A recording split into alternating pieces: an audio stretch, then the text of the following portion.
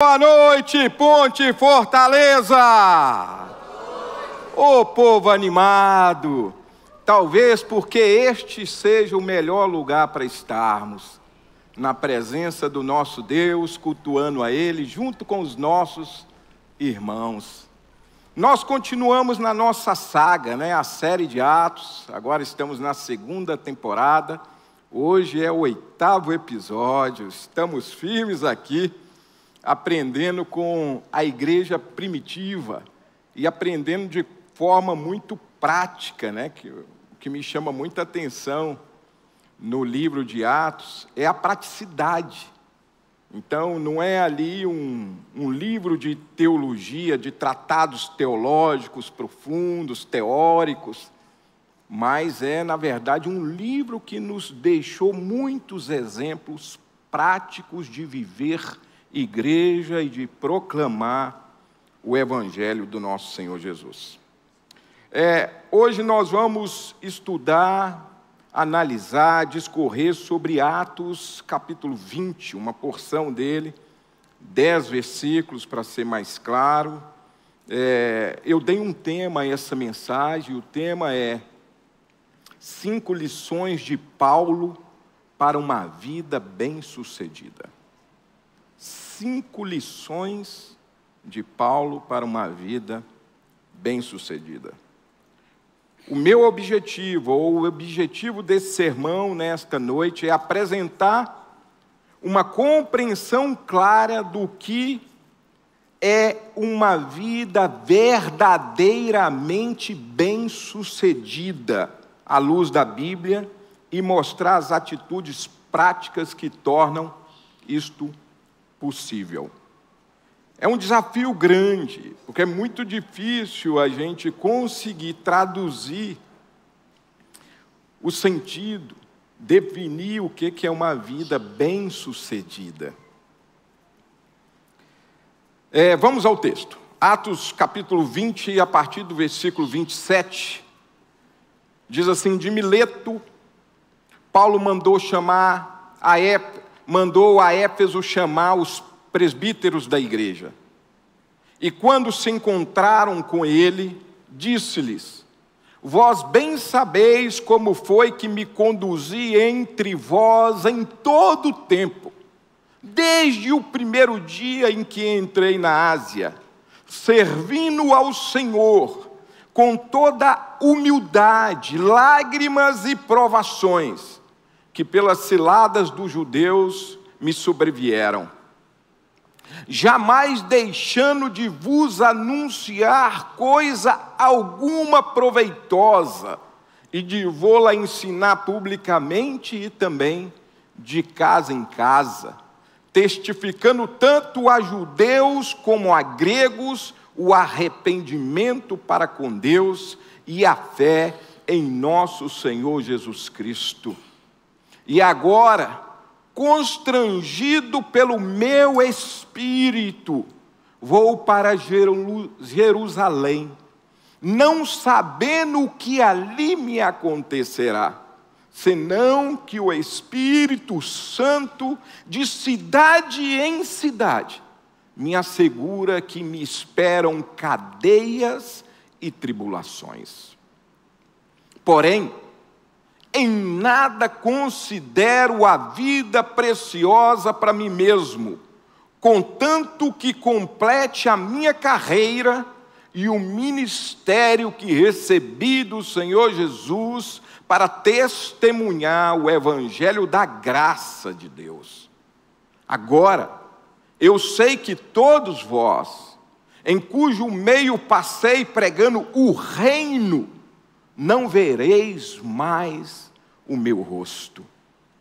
Portanto, eu vos protesto no dia de hoje, que estou limpo do sangue de todos, porque jamais deixei de vos anunciar todo o desígnio de Deus. E agora vamos dar um salto ao 35. Tenho-vos mostrado em tudo que, trabalhando assim, é mister socorrer os necessitados e recordar as palavras do próprio Senhor Jesus: mais bem-aventurado é dar do que receber. Vamos orar, irmãos.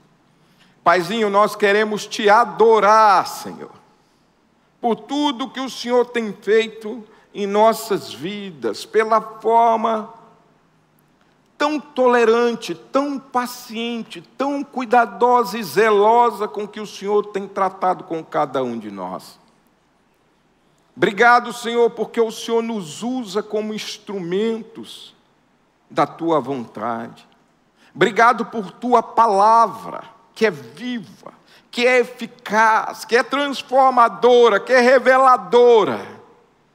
Pedimos ao Senhor que nesta manhã a tua palavra fale conosco, e fale conosco como aconteceu no Pentecoste, que cada um de nós entenda a palavra segundo os nossos entendimentos, conhecimento, cultura, mas que a tua palavra, Senhor, encontre em nossos corações lugar e que ela germine para a glória do teu santo nome. Em nome de Jesus, amém. Amém, irmãos. O último domingo nós demos uma pausa nessa série, né? Nós falamos sobre a Reforma Protestante. No domingo anterior nós falamos sobre Atos 19, e lá Paulo se encontrava em Éfeso. E Paulo ficou em Éfeso por 3 anos. Paulo trabalhou muito em Éfeso. Paulo formou igrejas em Éfeso. Agora tinha ali um corpo pastoral em Éfeso. E ele, perseguido, teve que sair de Éfeso e agora foi a Filipos. E lá em Filipos, Deus fala ao coração dele que ele haveria de ir para Jerusalém. E aí, quando ele recebe essa incumbência, ele aproveita e quer passar lá o dia de Pentecostes. Mas ele tem no coração que aconteceria com ele tal como aconteceu com Jesus. Ele pensou que indo para Jerusalém não voltaria, e por isso ele manda chamar os irmãos, os pastores, aqueles que foram colegas de ministério com ele em Éfeso, manda chamá-los a Mileto. Mileto está a 48 quilômetros de Éfeso. Paulo não quer ir a Éfeso para não perder tempo, porque ele quer chegar ainda na data de Pentecostes, lá em Jerusalém. Então vêm os irmãos a Mileto, a encontro de Paulo. E essa conversa carregava um peso de despedida, como eu disse. Paulo inicia aquela conversa dizendo que durante todo o tempo que estive entre vocês, eu vivi como servo do Senhor, com humildade e com lágrimas, e mesmo sob perseguição, nunca deixei de ensinar o Evangelho aos crentes e nem de proclamá-lo àqueles que ainda não conhecem Jesus. Então, neste momento, Paulo revela aos colegas de ministério a razão de ser daquele encontro. Por que Paulo tinha feito questão que eles fossem? Exatamente por isso, porque ele estava indo a Jerusalém e achava que de lá não voltaria mais. Mas ele afaga os irmãos dizendo: eu não tenho minha vida por preciosa. É como se ele tentasse aliviar o peso daqueles irmãos, depois da notícia que ele tinha dado de que não voltaria a vê-los. Ele diz que a minha vida só tem um único sentido: cumprir a missão de testemunhar o Evangelho da graça de Deus. E em seguida Paulo se despede, não com um até logo, mas com um adeus. Paulo aproveita para registrar que tinha a consciência limpa e a sensação de dever cumprido, haja vista que ensinou a eles tudo que sabia sobre os planos de Deus e não reteve nada. Paulo encerra o discurso de despedida, deixando, ecoando nos ouvidos dos irmãos, na praia de Mileto, duas incumbências ministeriais: socorrer os necessitados e lembrar do que Jesus havia dito, que mais feliz é dar do que receber. Em seguida, eles oram juntos na praia de Mileto, choram juntos, se abraçam, se beijam, e Paulo então entra no navio rumo a Jerusalém. Analisando o texto, eu concluo que a intenção do apóstolo Paulo era deixar um testamento espiritual para os seus colegas de ministérios, um testamento espiritual e moral, com o objetivo de ensinar a eles atitudes práticas para uma vida bem-sucedida e frutífera. Agora, nós temos que iniciar por uma pergunta, e a pergunta é: o que seria uma vida bem-sucedida? O que é uma vida bem-sucedida?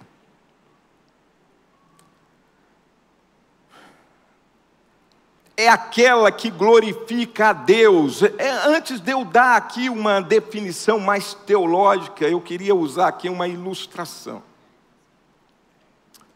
Todo equipamento, seja um eletrodoméstico, um equipamento eletrônico, um carro, seja o que for, ele é criado por alguém, e ele é criado por um propósito específico, e este equipamento, ele glorifica o seu Criador à medida que ele cumpre o propósito para o qual ele foi criado. Não é verdade? Se o criador de uma máquina de lavar descobre que ela seca a roupa, mas não lava, aquela máquina não glorifica o Criador. Uma vida bem-sucedida é, portanto, aquela que glorifica a Deus e inspira a outros a glorificá-lo também, obedecendo à vontade daquele que nos criou e nos fez com propósitos bem definidos. E qual a evidência de que estamos no caminho certo? Qual a evidência que temos de que estamos vivendo para a glória de Deus e levando outros a glorificá-lo também? Uma consciência tranquila. É a paz de consciência. É uma consciência sem culpa, sem remorso, sem vergonha. É isto que Paulo diz aos pastores de Éfeso, quando ele diz: eu protesto que as minhas mãos estão limpas do sangue de vocês, porque tudo que eu sabia sobre os desígnios de Deus, eu revelei a vocês, eu não retive nada. Lembrando que Paulo tinha uma missão específica, e a missão dele era justamente essa: pregar o evangelho da graça. E ele está dizendo: eu fiz, e eu tenho a consciência limpa, eu tenho as mãos limpas, eu fiz o que eu deveria ter feito. Isto é uma vida bem-sucedida, e esta é a evidência de uma vida bem-sucedida. Olha o que a Bíblia fala sobre o propósito da humanidade. 1 Coríntios, capítulo 10, 31. O próprio apóstolo Paulo diz: portanto, quer comais, quer bebais, ou façais qualquer outra coisa, fazei tudo para a glória de Deus. Mateus 5,16 diz: assim, brilhe a vossa luz diante dos homens, para que vejam as vossas boas obras e glorifiquem a vosso Pai que está nos céus. Então nós temos dois grandes propósitos: de glorificar a Deus e de levar outros a glorificá-lo. E o que é glorificar a Deus, irmãos? É tornar a glória de Deus visível para as pessoas. É trazer a glória de Deus para perto das pessoas através das nossas atitudes. E agora nós começamos nos 5 conselhos do apóstolo Paulo. Definimos o que é uma vida bem-sucedida. Definimos que a evidência de uma vida bem-sucedida é uma consciência limpa. É você deitar no seu travesseiro de noite, fazer uma análise da sua vida e você ter tranquilidade para dormir, sem culpa.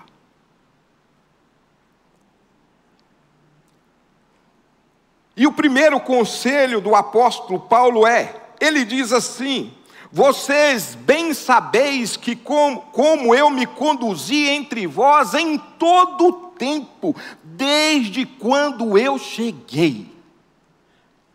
O primeiro conselho para a gente viver uma vida bem-sucedida e que pode ser aplicada em todas as áreas das nossas vidas é a constância. Paulo está falando: eu sempre agi com vocês da mesma forma, e vocês são testemunhas disso. Constância e coerência. Toda virtude sem constância é desperdício, porque o bem que não persevera não frutifica de forma adequada. É o que fala em Gálatas 6:9. E não nos cansemos de fazer o bem, porque a seu tempo ceifaremos, se não desfalecermos. Ser constante é viver em adoração permanente, fazendo de cada instante uma expressão de culto ao Senhor, sem interrupções, sem pausa. E eu não estou falando de não errar. Não tem nada a ver com uma vida perfeita. Uma vida constante não é uma vida perfeita, é uma vida que não perde Jesus de perspectiva. É simplesmente isso. A vida constante é aquela que não perde Jesus de perspectiva. A gente erra, a gente tropeça, mas por termos o nosso olhar nele, a gente volta, a gente conserta, a gente reconhece o erro, a gente paga pelo erro, a gente pede perdão. É assim que é a vida. A coerência, por sua vez, tem a ver com uma vida onde todas as suas áreas são dedicadas ao Pai, sem exceção, sem reserva. Não tem este negócio que eu sou crente na igreja e eu, no meu trabalho, eu nem sou tanto, na faculdade eu sou menos ainda. Não existe essa vida recortada. A nossa vida tem que ser constante e coerente. E eu, escrevendo essa mensagem, eu me lembrei de um caso, de um irmão da minha antiga comunidade. Esse irmão era um artista. E ele se converte e ele continua fazendo uns quadros artísticos que eram imorais. E quando ele confrontado, ele diz: ei, eu que me converti, o meu personagem não se converteu. É uma esquizofrenia espiritual. Nós não podemos viver assim. A nossa vida tem que ser uma só. Ela tem que ser coerente. Você não precisa ser perfeito, você não precisa simular que é o que não é, mas seja o que você é lá fora, seja aqui conosco. O que você é aqui conosco, seja lá fora, é uma vida coerente. É isto que Paulo está dizendo. Há pessoas que em tudo são inconstantes e incoerentes, não finalizam o que iniciam, desistem no primeiro contratempo, trocam de igreja, troca de marido, troca de esposa, desiste do trabalho no primeiro contratempo, ou vivem um cristianismo de conveniência. A Bíblia adverte sobre o perigo desse tipo de vida. Está em Tiago, capítulo 1, versículos 6 e 8, e ela é bem contundente. Peça, porém, com fé, sem duvidar, pois aquele que duvida é semelhante à onda do mar, levada e agitada pelo vento. Portanto, não pense tal pessoa que receberá coisa alguma do Senhor, uma vez que tem mente dividida e é instável em tudo que faz.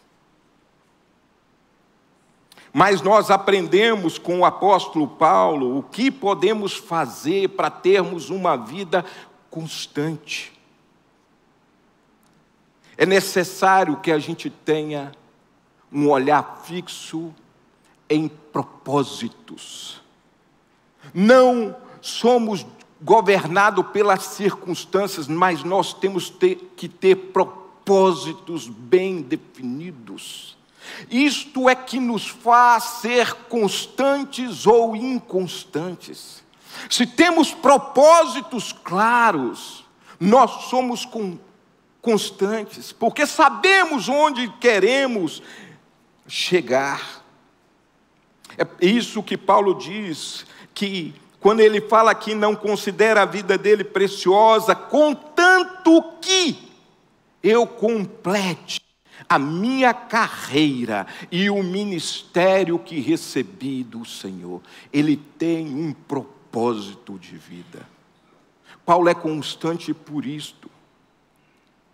Se você, meu irmão, minha irmã, tem sido inconstante e incoerente, receba um desafio do seu irmão. Não viva de forma improvisada. Viva com base em propósitos. A nossa vida tem que ter propósitos. Eu tenho que ter metas, eu tenho que saber onde eu quero chegar, eu tenho que ter missão clara. E assim a gente não se perde, a gente não se distrai no meio do caminho. Dedique-se a conhecer a vontade de Deus e fazê-la cumprir. Então, eis aqui o primeiro conselho: seja constante. O segundo conselho de Paulo, ele diz assim: vocês bem sabem que desde o início, desde que eu cheguei na Ásia, eu tenho agido da mesma forma diante de vocês, servindo ao Senhor.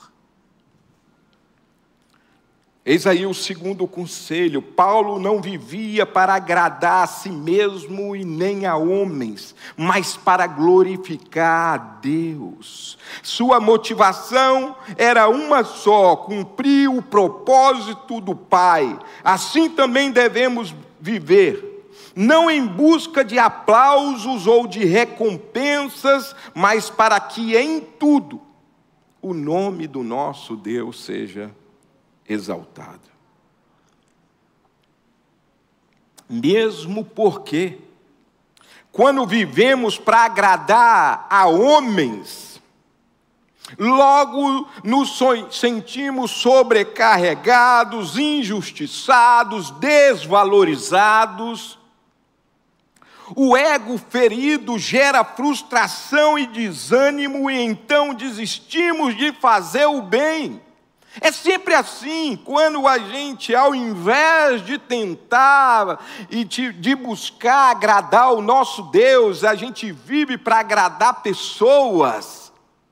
O cansaço vem, é inevitável. insuportável, nós vamos nos sentir injustiçados, desprezados, não valorizados, e daqui a pouco a gente está desanimado.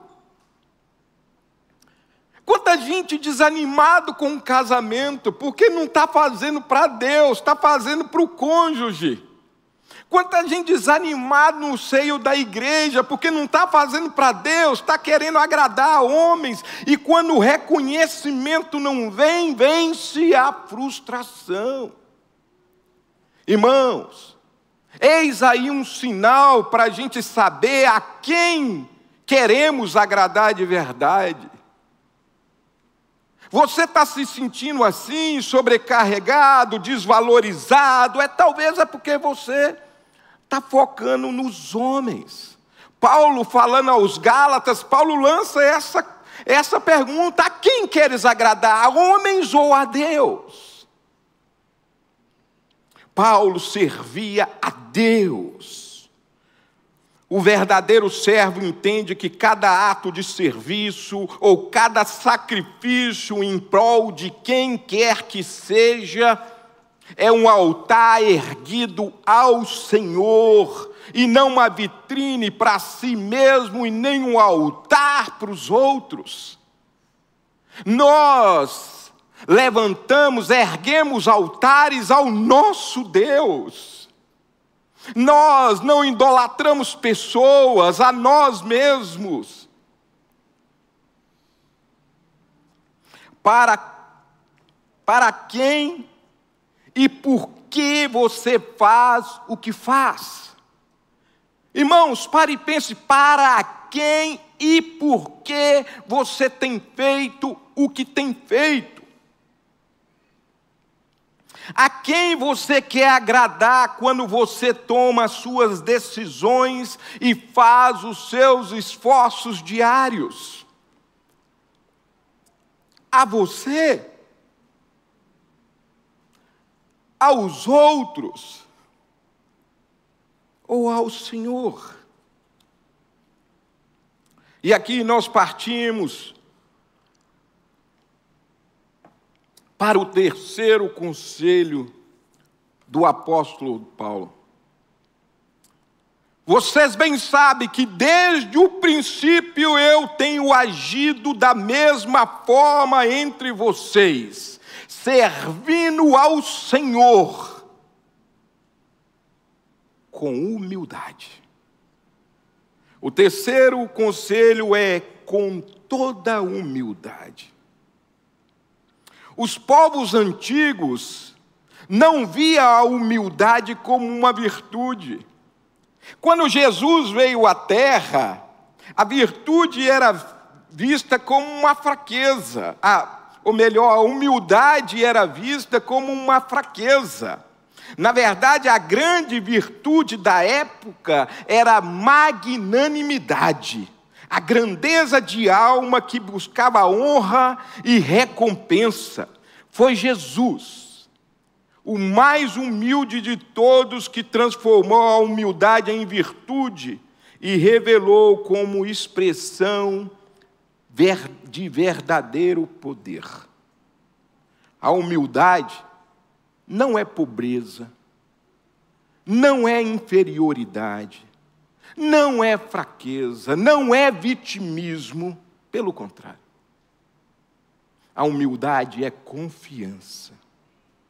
O humilde não se exalta pelo que tem e nem se menospreza pelo que lhe falta, pois ele reconhece que o seu valor vem do amor de Deus por ele. Não depende do que ele faz ou do que ele deixa de fazer. Não depende dos dons, dos talentos, da riqueza que ele possui. O nosso valor vem do fato de que o nosso Pai entregou Jesus para morrer no nosso lugar. A humildade nasce da consciência do nosso paradoxo. Porque Temos consciência de que a vida plena habita em nós, é o Espírito Santo de Deus, dividimos com Ele morada. Portanto, temos o potencial divino dentro de nós. Mas, ao mesmo tempo, temos consciência também que dividimos morada com o pecado, que tenazmente nos assedia e quer nos corromper. Portanto, vivemos esse paradoxo. De um lado, a vida perfeita em nós, de outro, a vida pecaminosa em nós, e todos nós vivemos esse conflito. E a consciência desse paradoxo nos torna humildes, porque nem somos deuses, nem somos demônios, somos apenas homens e mulheres que foram contaminados pelo vírus do pecado, mas cuja graça de Deus nos alcançou e de glória em glória tem nos transformado. E Filipenses capítulo 1, versículo 6, o apóstolo Paulo diz: eu tenho absoluta certeza de que aquele que começou a boa obra em vós há de completá-la até o dia de Cristo Jesus. Deus não é homem para que minta, Deus não é homem para que os recursos lhe falte e Ele não consiga cumprir os seus propósitos e as tuas promessas. Portanto, é certo, mais cedo ou mais tarde seremos semelhantes a Jesus, o nosso Senhor.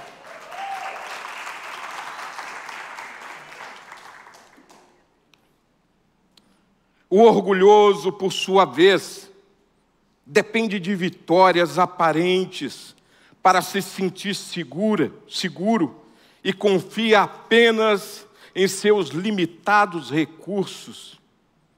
Por isso, vive preso à comparação, é crítico, vive se comparando. Irmão, isso são características de alguém que vive no orgulho ainda. É crítico. Fica se comparando com as pessoas, só assim ele se sente valorizado. É uma eterna competição. Mas, na verdade, o orgulho é uma muralha erguida pelo ego frágil para esconder feridas, medos e fraquezas, criando ilusão de força onde não existe força. O orgulho não nos engrandece, nos deforma. Afasta-nos de Deus, dos outros e até de nós mesmos.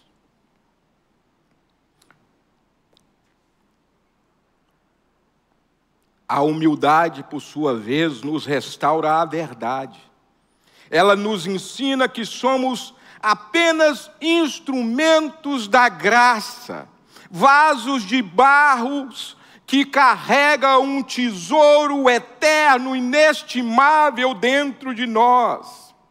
Quem é humilde reconhece que tudo o que possui é dom e não mérito, é graça e não conquista.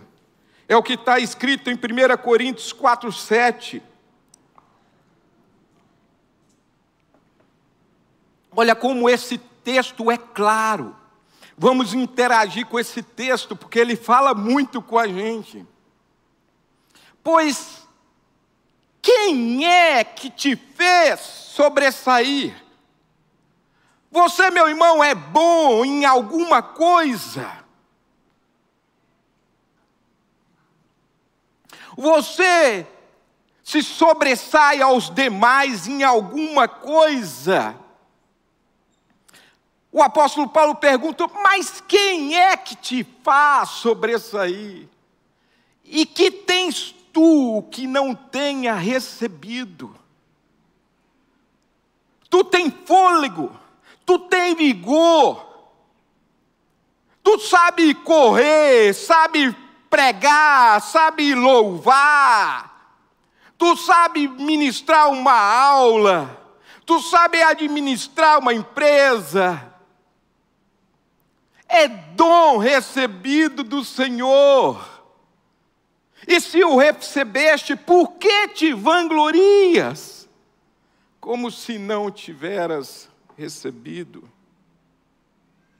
É por isso que o poeta disse: a alma humilde tem asas, a do arrogante rasteja. A alma humilde tem asas, a do arrogante rasteja. E quando eu estava lendo essa poesia, me veio à mente algo que eu já compartilhei com vocês aqui, mas eu gostaria de reforçar. Porque há um ensinamento aqui muito prático, que a gente deve se atentar e aplicar na vida da gente. Quando Adão pecou, Deus amaldiçoa a serpente e diz: a serpente é Satanás, sobre o teu ventre rastejarás, e comerá pó todos os dias da tua vida. Imediatamente Deus se vira para Adão e agora vai amaldiçoar Adão. E Deus diz assim a Adão, prestem atenção, irmãos: do suor do seu rosto comerás o pão, e ao pó retornarás, porque tu és pó. Espera aí. Deus diz à serpente: você irá se alimentar de pó. E Deus diz ao homem: você é pó. Irmãos, todas as vezes que nós nos comportarmos como os homens carnais, como Adão, nós serviremos exclusivamente como alimento de Satanás.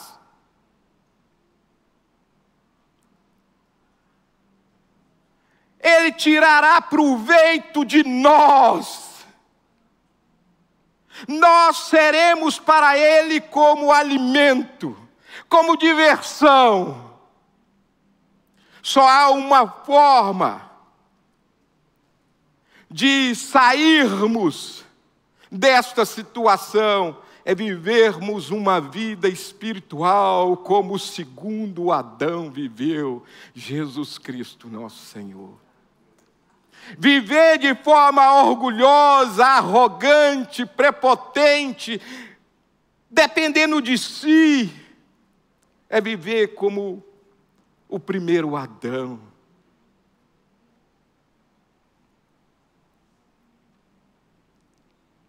Diante disso, precisamos fazer uma autoanálise sincera para discernir se temos vivido de forma humilde ou arrogante.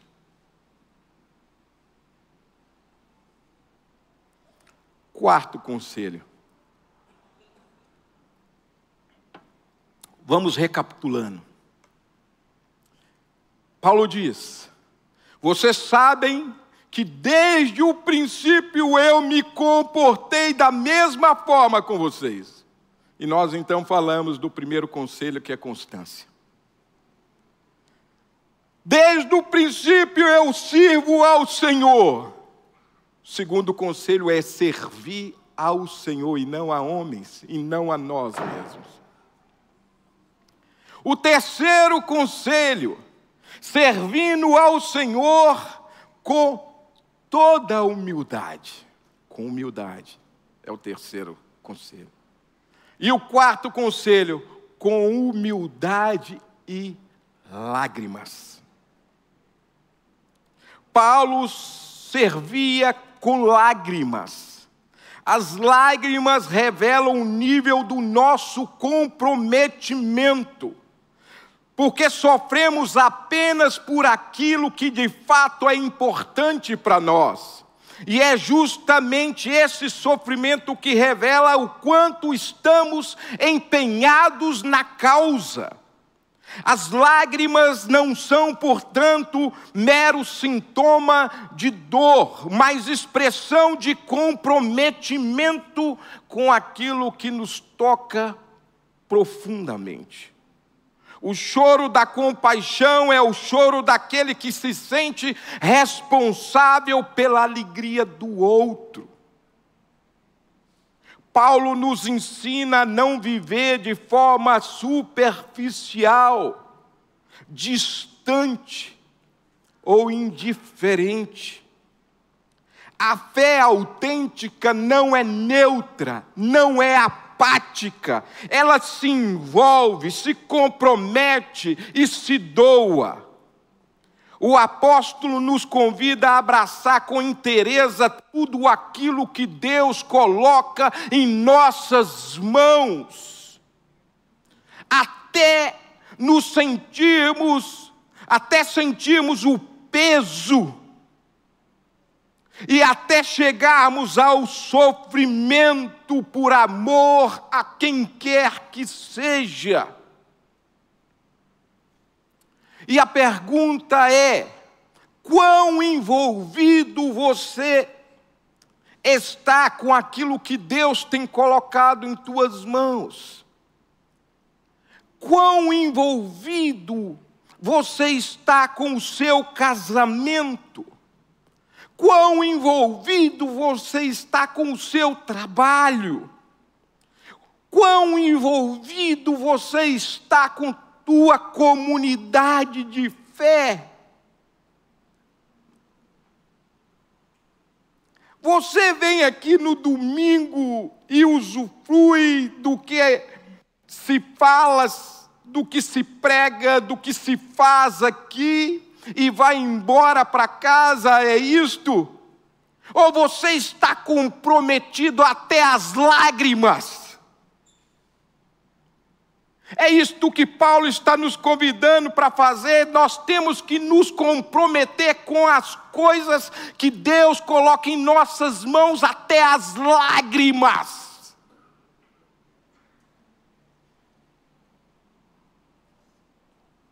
Pense nisso.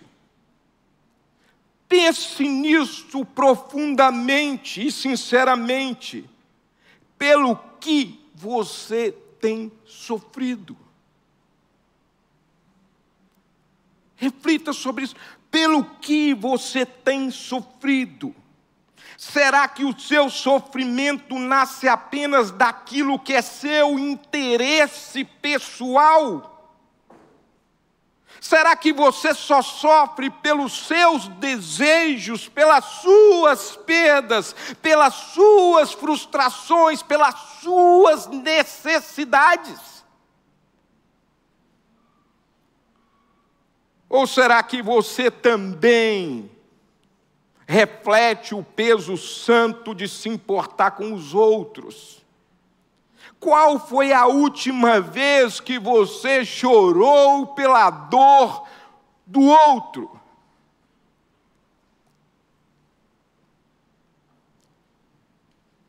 Qual foi a última vez que você se dedicou de forma sacrificial pela alegria do outro?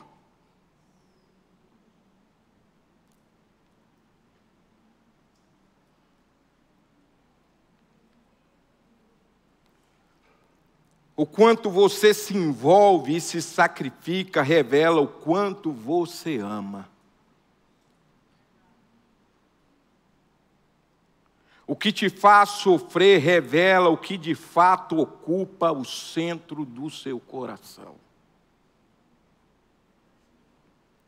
Se nós sofremos apenas pelos nossos interesses pessoais, quer dizer que nós somos os nossos ídolos.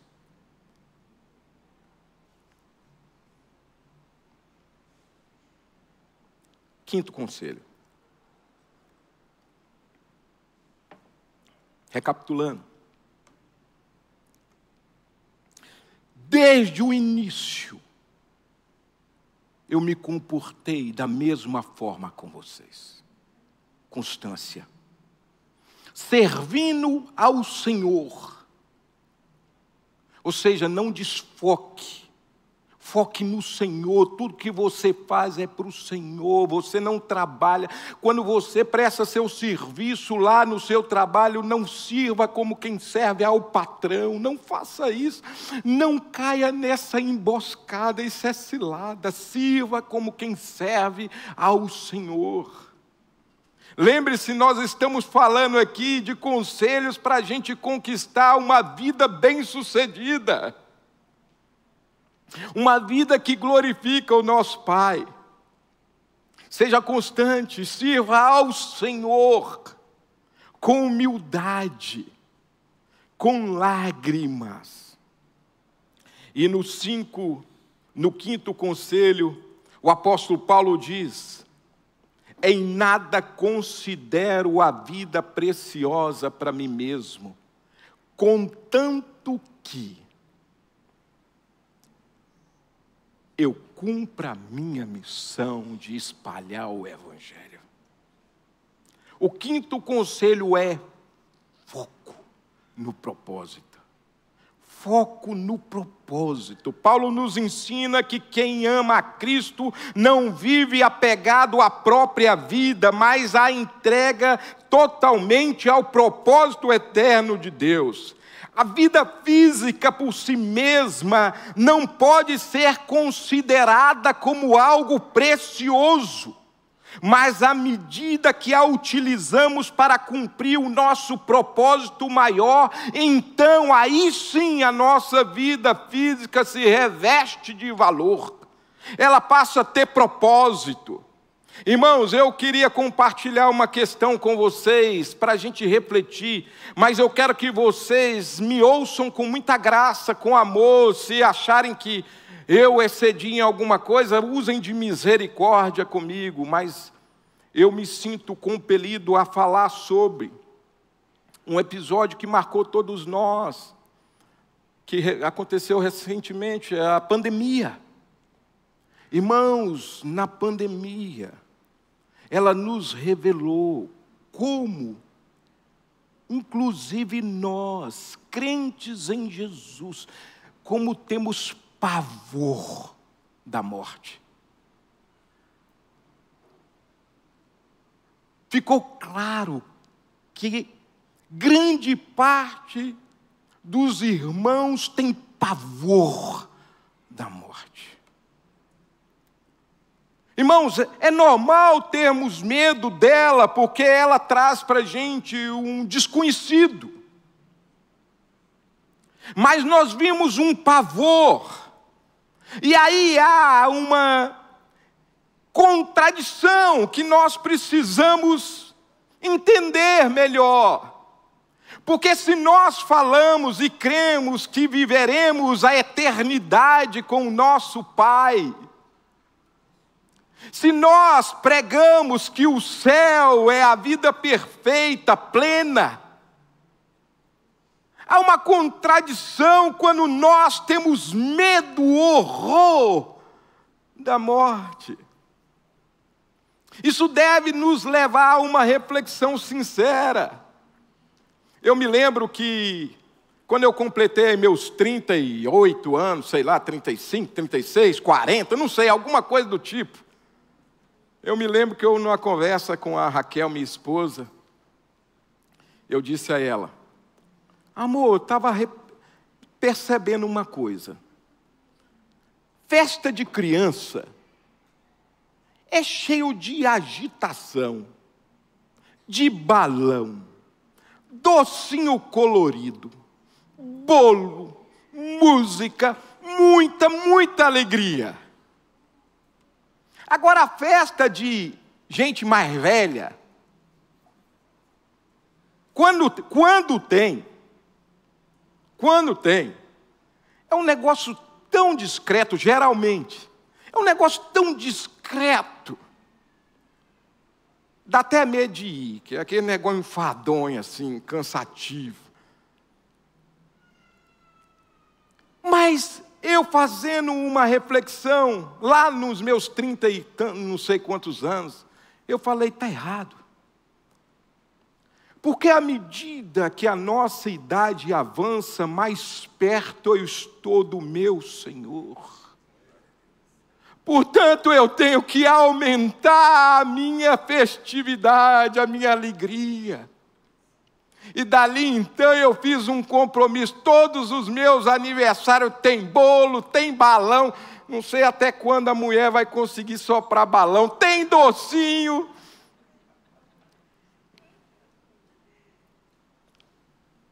Porque eu estou indo para a presença do Pai. Paulo alcançou essa maturidade de falar, a minha vida não é preciosa para mim mesmo. Não ame a sua vida a ponto de torná-la seu ídolo.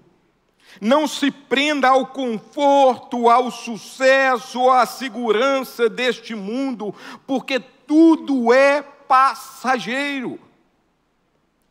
Ame as pessoas, pois o amor revela a presença de Deus em nós, mas lembre-se, até aquelas pessoas que você mais ama, são peregrinos nesta terra. Não os possua, nem os idolatre. Apenas cuide deles com ternura e desprendimento, como quem serve a Deus. Eu já disse em outra pregação e eu vou repetir. Nós precisamos aprender a segurar tudo de mãos abertas. Nós precisamos, irmãos, aprender a não nos agarrarmos, não nos apossarmos de nada. As nossas tribulações vêm disso, do nosso anseio de segurar, de nos apegar, de garantir. Mas não é possível. Eu amo minha esposa, esse mês eu faço 28 anos de casado com Raquel. Mas nós temos aprendido a possuir um ao outro de mãos abertas. Eu não sou dono dela. Eu não sou dono dos meus filhos. Eu não sou dono da minha vida. Eu não sou dono de nada. Eu sou um peregrino nessa terra. Todos nós, mais cedo ou mais tarde, irmãos, nós vamos ter que lidar com essa verdade, por mais dura que pareça, mas nós vamos ter que lidar com ela.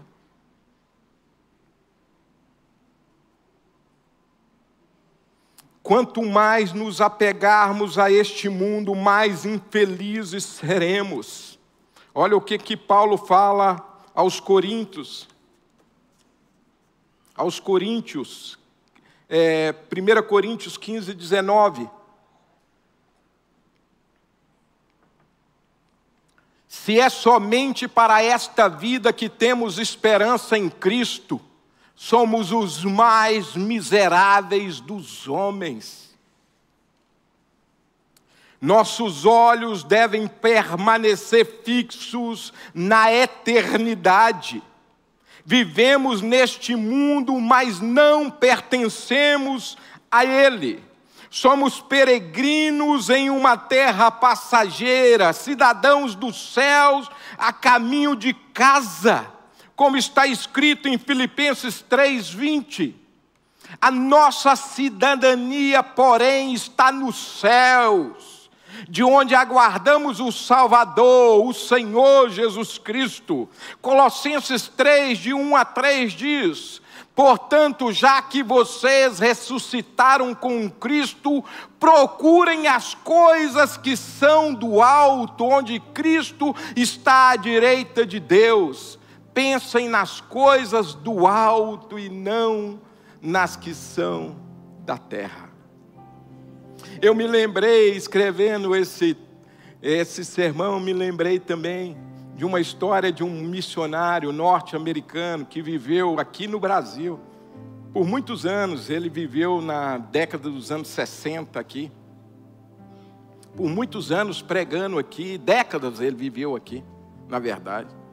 E no retorno, depois de ter servido a Jesus, e ter servido com sua vida de forma dedicada, verdadeiramente, ele pega um navio e vai de volta aos Estados Unidos. Quando ele chega lá próximo, ele vê uma multidão de pessoas, ele pensa, estão me aguardando.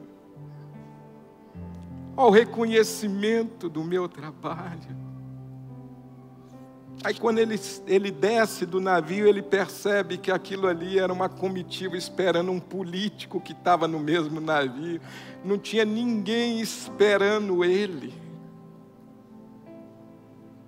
E aí então ele diz, ele testemunha que ele fala ao coração, ele diz, ele maldiz, né? ele reclama, ele lamenta, ele diz: Pai, eu te servi por tantos anos, e agora que eu estou retornando para minha pátria, não tem ninguém me esperando.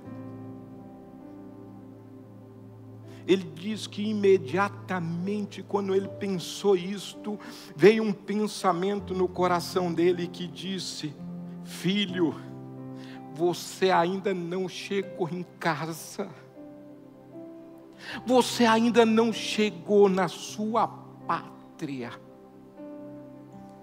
A nossa pátria está nos céus. Nós estamos a caminho, nós seremos consolados, nossas lágrimas serão enxugadas, portanto vale a pena desperdiçarmos, investirmos nossa vida aqui no cumprimento da missão. Focado em você, focado nas pessoas, ou focado no Senhor, a nossa vida vai passar da mesma forma. A diferença é que se focarmos no Senhor, nós levaremos pessoas conosco para desfrutar da eternidade com a gente. Viveremos uma vida aqui que vale a pena ser vivida.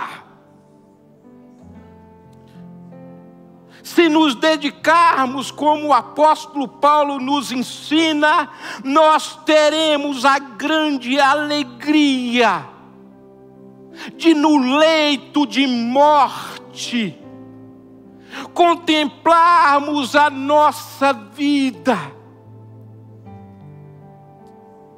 e falar como o apóstolo Paulo disse: cumpri minha missão. Glorifiquei o nome do meu Deus. Levei outros a glorificá-lo. E seremos então tomados por uma paz na alma, no espírito, uma consciência tranquila nos fará repousar. E então, num piscar de olhos, estaremos na presença do nosso Pai. E Ele há de falar conosco: servo bom e fiel, entra no meu gozo, entra no meu descanso.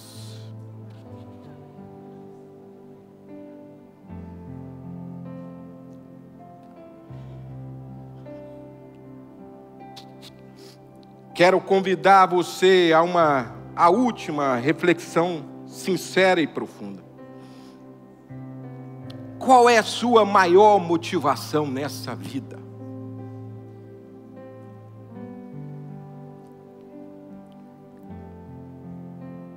Qual é a sua maior motivação nessa vida? O que te faz sair da cama?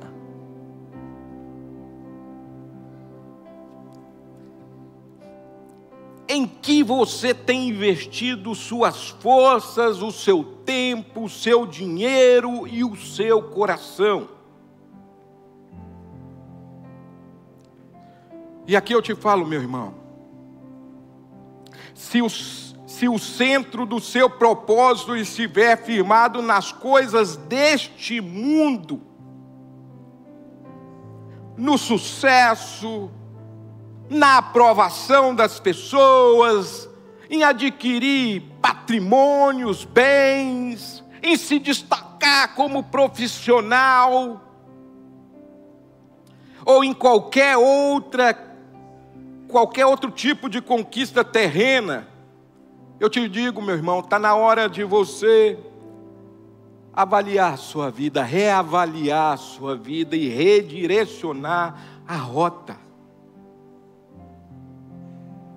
O verdadeiro propósito da vida não é acumular, mas glorificar a Deus. Não é ser servido, mas é servir.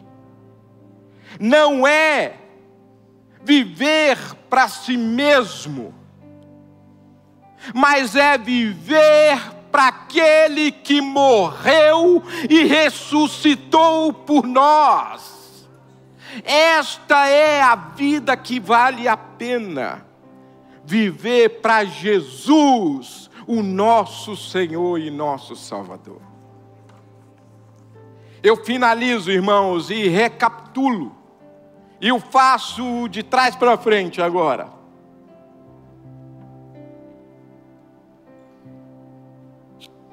Encha-se das promessas do Senhor. Leia a palavra de Deus, mergulhe nela. Encha-se do que Deus promete para você. Encha-se do céu e da eternidade. Foque no propósito maior, glorificar a Deus e levar outros a glorificá-lo. Se envolva até as lágrimas. Seja humilde. Seja constante, buscando em tudo agradar ao Senhor. Amém, irmãos? Eu quero orar com os irmãos, mas antes eu quero perguntar se há alguém aqui, nesta noite, que foi tocado pelo Espírito Santo do Senhor e que queira receber Jesus como Senhor da sua vida. Se há alguém aqui, eu quero te dar uma oportunidade de levantar uma das suas mãos, nós queremos orar por você. Tem alguém aqui nesta noite que queira publicamente confessar Jesus como Senhor da sua vida? Tem alguém? Amém. Amém. Amém. Amém. Amém. Pai, nós te adoramos, Senhor. A tua igreja se rende ao Senhor. Queremos viver uma vida que faça sentido. Queremos viver uma vida que glorifica o teu nome e que revela a tua glória aos outros, Paizinho. Nos dê sabedoria, nos dê um coração quebrantado, nos faça humilde de verdade na tua presença. Que o teu Espírito, Senhor, nos leve a nos envolvermos com aquilo que o Senhor tem colocado em nossas mãos, até as lágrimas. Tire de nós o espírito de inconstância e de incoerência.